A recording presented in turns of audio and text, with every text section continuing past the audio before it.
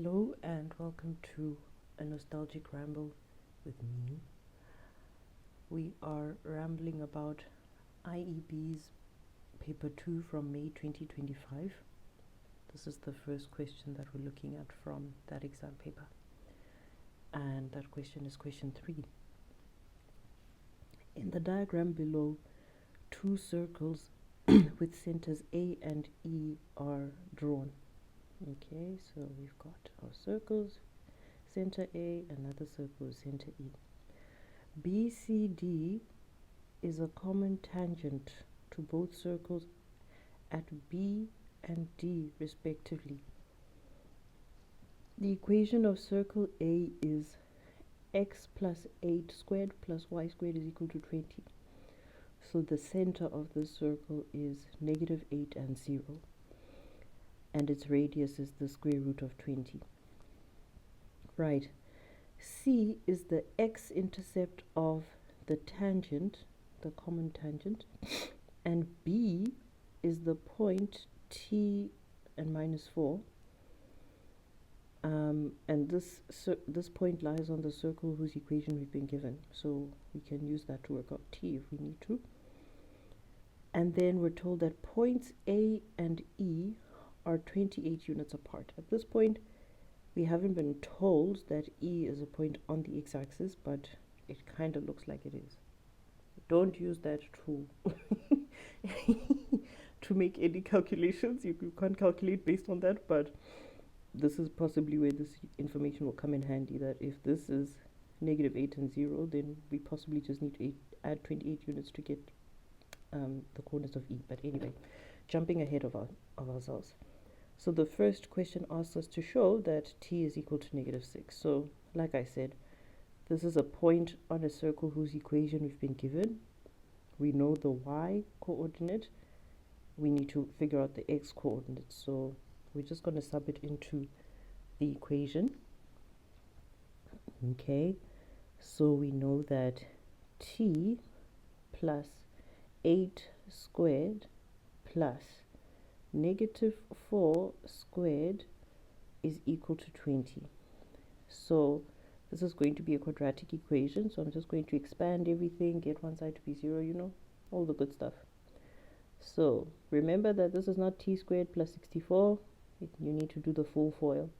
So it's going to be T squared plus 8T plus 8T, which will be 16T. And then 8 times 8 is 64. And then over here we've got the 16. And then already I can minus 20 on both sides in preparation for solving this quadratic. So that will be T squared plus 16T, and then that ends up being 60, I think. Does this look like a trinomial I can factorize? Yes. 10 times 6 is 60, and 10 plus 6 is 16. So this is going to factorize as T plus 10 times T plus 6, and of course you could just use the quadratic formula to solve the equation as well, right? But we then have these two possibilities. T is either equal to negative 10 or negative 6. However, so that would be these 2 points opposite to each other. Here we're just going to need to kind of go on the visual, and also maybe based on the tangent. I mean, yeah, we're kind of relying on the visual to see that this guy comes after this guy, if we're looking at it, you know, in terms of the direction of the x-axis, the positive direction of the x-axis. So that means that this guy has the bigger x coordinate, so it would have to be this one. I don't know how you would explain that, but yeah. I guess you would say something like, because B is the rightmost point on the circle with y coordinate of -4, something like that. So just explaining that, you know, these two possibilities represent this point and this point, and because B is the one that's more on the right, it's the one with the bigger x coordinate, so it will have the bigger x coordinate. Right, forward we go. I actually should probably not have duplicated this image just yet, because now we're going to be filling in information. I'm rambling to myself, but it's the nature of the channel. So we now know that this is -6. Yeah, no, I'm really forcing matters with this thick pen, knowing fully well it does not work well. Okay, so we now know that B has coordinates -6 and -4.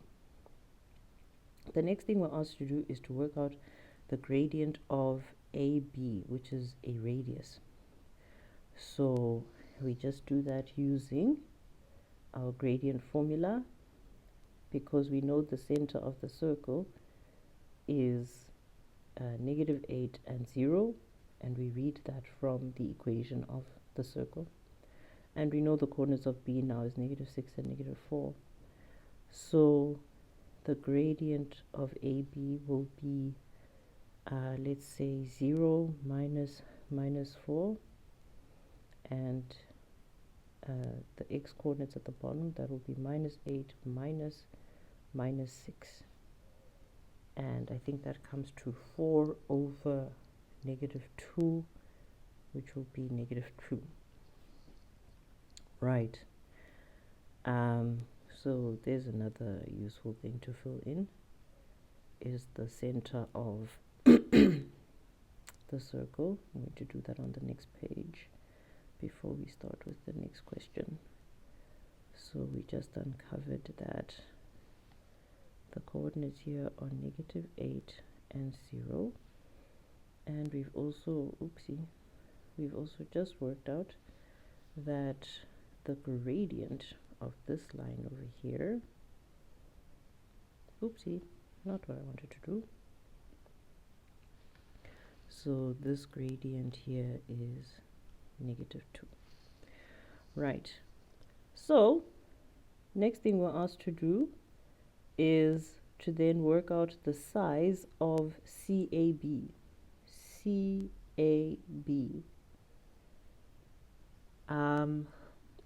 So what immediately comes to mind for me is to extend this line, right? So to complete this diameter here, and we know that the gradient of this line is -2, so we can then work out the angle of inclination there, which will then allow us to work out this guy, because angles on a straight line. I'm just trying to see if there's another way that comes to mind for me. I guess similarly, you could work out the gradient of this line using the fact that we have tan rad, so these are perpendicular, so the gradient of this line is 1/2. So then you can work out the angle of inclination there, which would give you this angle. We have the 90, and then we could use angle sum of a triangle to work out the size of that angle. So that's another possibility, bit longer. So I think I'm going to go with my initial plan to kind of extend this line, work out the angle of inclination there, and then use that to work out the size of CAB. So I'm going to say construct P such that PAB is a diameter. Right, so let's just quickly do that construction.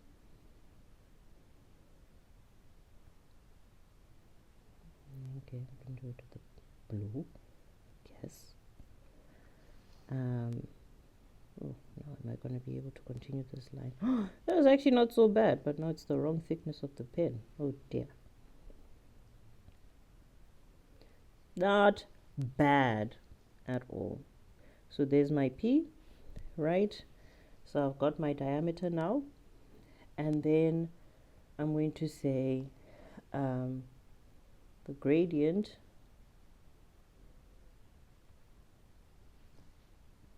of PB is equal to -2, which we previously worked out, right? Because we worked out the gradient of the radius AB, and this is now just an extension of that line, right? So so therefore the, let's say, PAC, which is this angle over here, right, which is the angle of inclination of PB, is going to be given by inverse of tan of -2, which is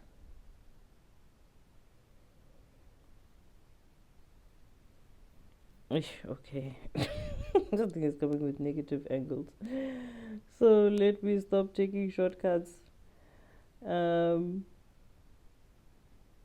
I'm going to say, rather solve it more properly. We know that tan of PAC is equal to the gradient of PB, which is -2.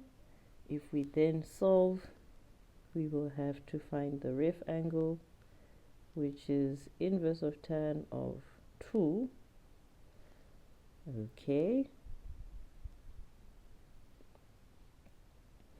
So that is 63,4 blah blah blah. And then because our tan value is negative, we know that it's going to be PAC will be 180 degrees minus 63,4 blah blah blah, and that is roughly,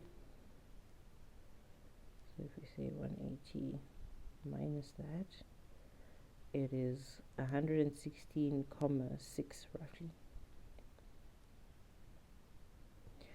Right, so that would then be the size of PAC, okay, and so therefore the size of angle CAB will be 180 degrees minus, oh, why did I already round off? Oh, the miseries. So wait, this was 116,5 something. Right, so CAB will be 180 minus this, because angles on a straight line, and that now we can round off because we are right at the end.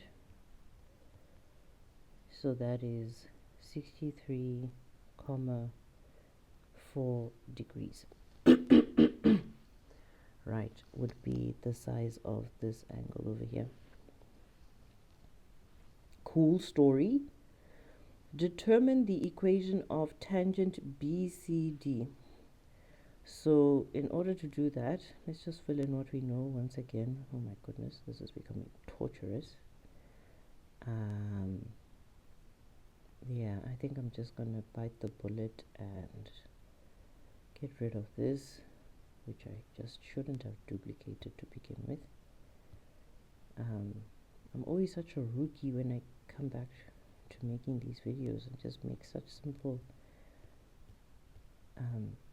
I forget how to do the little hacks and tricks, you know. Anyway, so we're now trying to work out the equation of the tangent BCD. So we know that tangent and radius make a 90. So these two are perpendicular, meaning that because we know the gradient of this radius is -2, then we know that the gradient of this line will be the negated reciprocal. So it's going to be positive 1/2. So I know the gradient and I've got a point on there. Or I've somehow not filled in the coordinates for this point. So let's just do that quickly. I happen to remember that the coordinates here are -6 and -4, as we worked out in the first part of the question. So I can then sub in this point to figure out the y-intercept. So let's go ahead and do all of that. So firstly, we know that AB is perpendicular to BCD, and that's because of tan rad, right? So I'm just going to fill that in quick. Okay, and so what that then tells us is the gradient of BCD will be equal to positive 1/2. Right, and so therefore the equation of BCD will look something like y is equal to 1/2 x plus c. Then we can sub in b to find what c is. So we know that when x is equal to -6, y is equal to -4.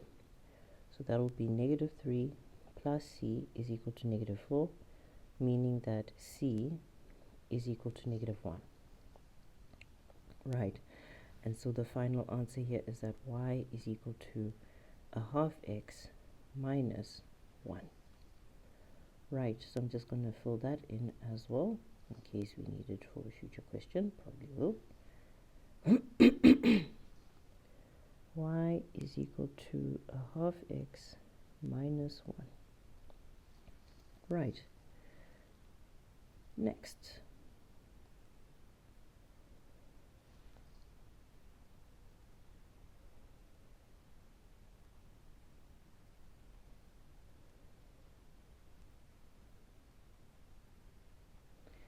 Okay, next we're asked to work out the length of CE.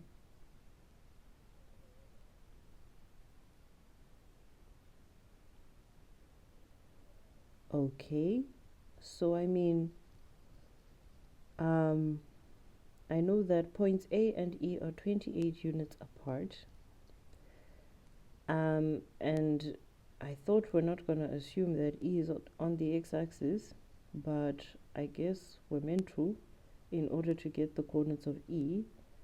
The coordinates of C we can get because it's the x-intercept of this line. So yeah, I think we're meant to kind of go with the visual and assume that E is a point on the x-axis. I don't know. I don't see another way of figuring out what the coordinates of E are. We haven't gotten a lot of information about this circle. So yeah, I am going to assume that E is a point on the x-axis. So first we're going to work out the coordinates of E, which would be, we know that the coordinates of A are -8 and 0. So the coordinates of E would be -8 plus 28, and the y coordinate is 0. And so therefore the coordinates of E are 20 and 0. So I'll just fill that in quick.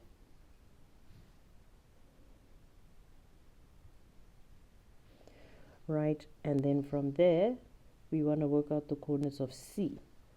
So we know that the y coordinate of C is 0, right, because we've been told C is the x-intercept of the tangent. So we're going to say when y is equal to 0, what is the value of x? So we solve this equation. Half of x is equal to 1. That must mean x is equal to 2. So therefore the coordinates of C are 2 and 0. I'm also going to fill that in. Right, so now in order to work out the length of CE will be 20 minus 2, which is 18 units, because it's on a horizontal line. They're all on the x-axis. So you could use the distance formula, but you could also just leverage the fact that because their y coordinates are the same, that means they're on the same horizontal line. Therefore, I can just minus the x coordinates to find the length of the line. Right, and then the last bit of this question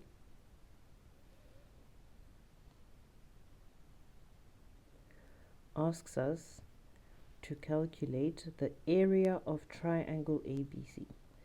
ABC. Okay, so that's a nice right angled triangle.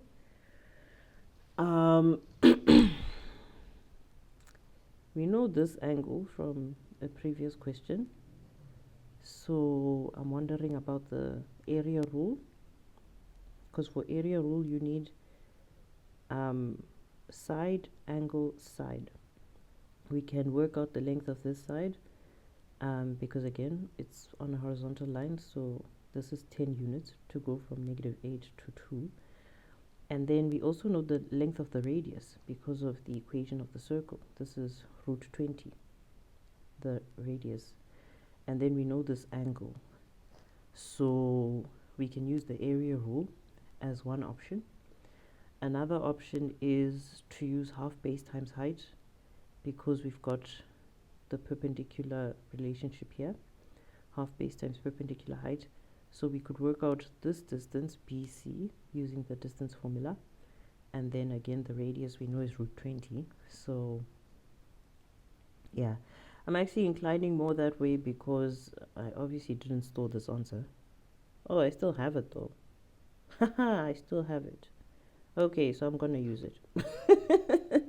Okay, so lucky me. That is the option I'm gonna go for then. So oopsie daisy. I will, guys, can we just work together, not against each other? So we said that this is okay, so we don't really need this gradient stuff anymore, so I'm gonna rub it up. Oh, you took everything from me, you little eraser. So this is that 63,4 blah blah blah angle, right? And we know that the radius is root 20, and then this we said we can work out easily, so life is good. So let's go ahead with this plan, man. So the area of triangle ABC is given by half times AB times AC times sine of BAC, or CAB as it was called in that question where we worked it out. And okay, let's see what we've got here. AB we said is root 20 because it's the radius of this circle with this equation, and this is r squared, so the radius will be the square root of that. And then AC, we said this is 10 units, right? In order to go from A to C on this horizontal line, you need to travel 10 units. And then finally we've got sine of this angle that we worked out a little while ago, right? And so let's punch that all into our beautiful calculator. So we've got a half times root 20 times 10 times sine of this angle that I worked out, and we get a gorgeous answer of 20 square units, right? And that is the area of triangle ABC. Isn't it lovely?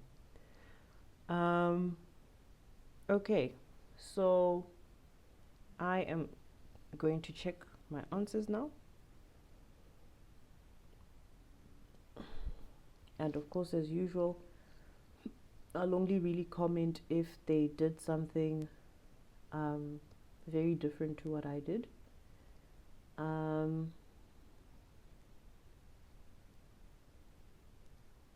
Right, so for the first one, they have t is equal to -6 or t is equal to -12. How can it be? Okay, I know it's a mistake. It's a typo. Cause, yeah, it's a typo. Okay, so t is equal to -10 or t is equal to -6. And then you kind of have to highlight that you're discriminating disqualifying the one solution or choosing the one over the other. So that's all good. And then for the next one, the gradient, we just use our good old gradient formula, and we end up with -2. And then to work out the gradient of AB,